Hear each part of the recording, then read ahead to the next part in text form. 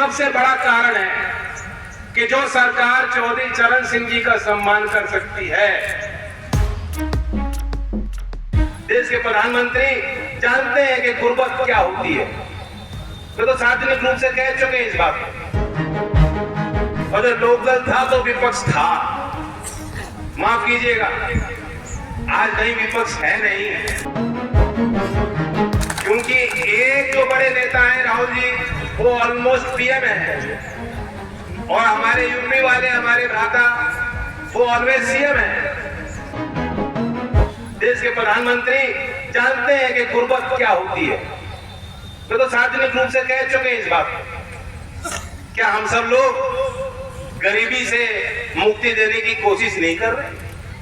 क्या सरकार आज कोशिश नहीं कर रही, योजना नहीं बना रही, जमीन पे उनको उतारने के लिए पूरी योजना बना के क्रियान्वित करने के लिए बेहतर प्रयास नहीं कर रही? कर रही है। गरीब आदमी जानता है, उसका लाभ सीधा आज गरीब को मिल रहा है। किसी से मांगने की जरूरत नहीं, किसी के आगे झुकने की जरूरत नहीं, किसी के हाथ की जो खुजलाहट होती है उसे उसकी तरफ गौर करने की जरूरत नहीं। समझ गए होंगे क्या होता है, जो बिचौलिए लोग होते हैं, जो उनका एक तंत्र होता है। आज किसी गरीब को जरूरत नहीं हो सब करने की, लेकिन मैं गरीब आदमी भी जानता है कि इतना आसान नहीं जितना विपक्ष के लोग कह रहे हैं। तो सीधी सी बात है, आपको विचार करना है। 10 साल के कार्यकाल को आपने देखा, और मैं लोकदल की तरफ से कह रहा हूं, तो हम लोग विपक्ष में रहे हैं। ये लोग कहेंगे जो बीजेपी की है, वो तो आप कह सकते हो भाई तो बीजेपी में हो।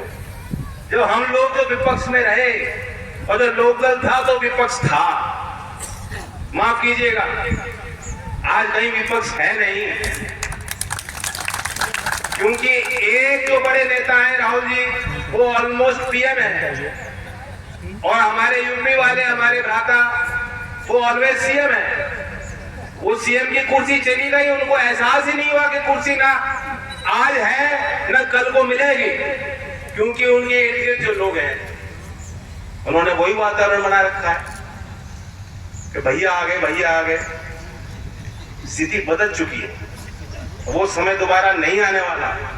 लोग जागरूक हो गए हैं, अपने हक के लिए लड़ाई लड़ना जानते हैं, आपस के झगड़ों से ऊपर उठ चुके हैं। तो इसलिए आप उनके कार्यकाल को देख चुके हैं, 10 साल को देख चुके। लोकदल विपक्ष में था, हम लड़ाई लड़ते थे, लाठी खाई, संघर्ष किया, किसान की बात की।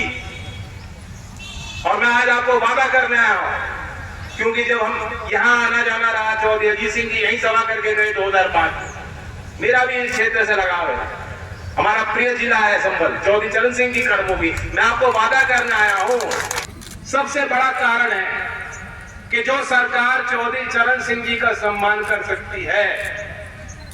यहाँ कितने लोग बैठे हैं जो मानते हैं इस बात को कि उनका सम्मान होना चाहिए,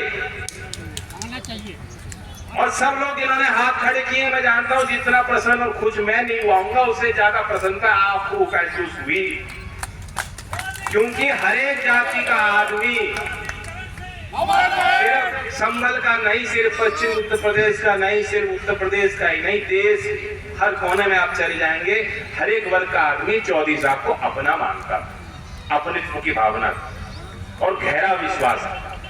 चौधरी साहब कुछ कह रहे हैं तो सही कह रहे होंगे, और चौधरी चरण सिंह की वो शख्सियत और ईमानदारी आपके प्रति थी कि उनको भले ही राजनीतिक नुकसान हो जाए, वे समाज का और देश का हित, अपने किसान और गरीब का हित कभी नहीं होने देते।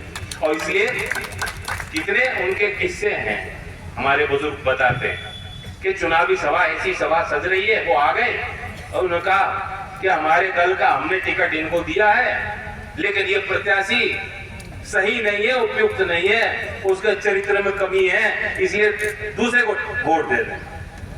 कोई कहता है ऐसी बात? चुनाव में हम सबके स्वार्थ इसी में टिके हैं कि हम जीत जाए, हमें संख्या मिल जाए, हमें सत्ता मिल जाए। ये उनकी ईमानदारी, उन्हीं को आदर्श मानते हुए अगर लोकदल का कोई ईमानदारी से कोई सिपाही है जो उनको आदर्श मानता है, मैं भी उस श्रृंखला में अपने आप को जोड़ता हूं। मैं अध्यक्ष भले हूं, लेकिन उनके परिवार का सदस्य हूं, आपके परिवार का सदस्य हूं, और चौधरी चरण सिंह को अपना आदर्श मानता हूं। और ये कहते हुए मैं आपको कह रहा हूं, कि चौधरी चरण सिंह जी भी लार्जर इंटरेस्ट को देखते हुए एक बड़े लक्ष्य को हासिल करने के लिए फैसले लेते थे। और उसी अंदाज से हमने कोशिश की है, जो हमने विपक्ष में हमने भूमिका बनाई, काम किए, हमने मुद्दे देखे, जनता के बीच क्या सरोकार है किन चीजों का, उनको पहचाना। और आज जो कुछ भी मैं हूं उस संघर्ष के कारण हूं और आपके प्रेम और सहयोग के कारण। लेकिन आज मेरी जिम्मेदारी बनती है किसानों को फायदा कैसे मिलेगा। ये जो लोग कह रहे हैं विपक्ष में बैठे, उनके लिए कहना आसान है, इनके पास कोई नीति नहीं है। गरीब को फायदा कैसे मिलेगा, नौजवान जो हमारे रोजगार चाहते हैं उनके लिए क्या योजना आप देंगे। आप उनको भत्ता दे रहे हैं, वो ठीक है, उससे एक सामाजिक सुरक्षा की बात आप कर रहे हैं, उससे आगे कुछ नहीं है। वो तो जैसे चोट लग गई उस पे आपने मलहम लगा दिया, उस पे पट्टी लगा दी।